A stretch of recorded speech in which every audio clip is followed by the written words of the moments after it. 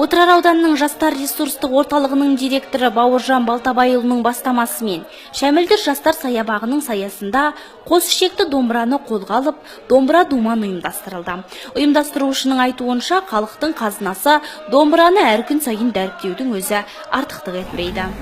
Қазіргі таңда ұлттық домбыра күніне байланысты елбасымыздың бірінші шілдеге ұлттық домбыра күнін белгілеген болатын. Сол мақсатта қазіргі таңда Отырар аудандық жастар ресурстық орталығының ұйымдастыруымен, аудандық әкімдіктің қолдауымен қазіргі таңда Отырар өнерпаздарын ортаға жинап, жалпы жастардың кешкі сейілін ұйымдастырып жатырмыз.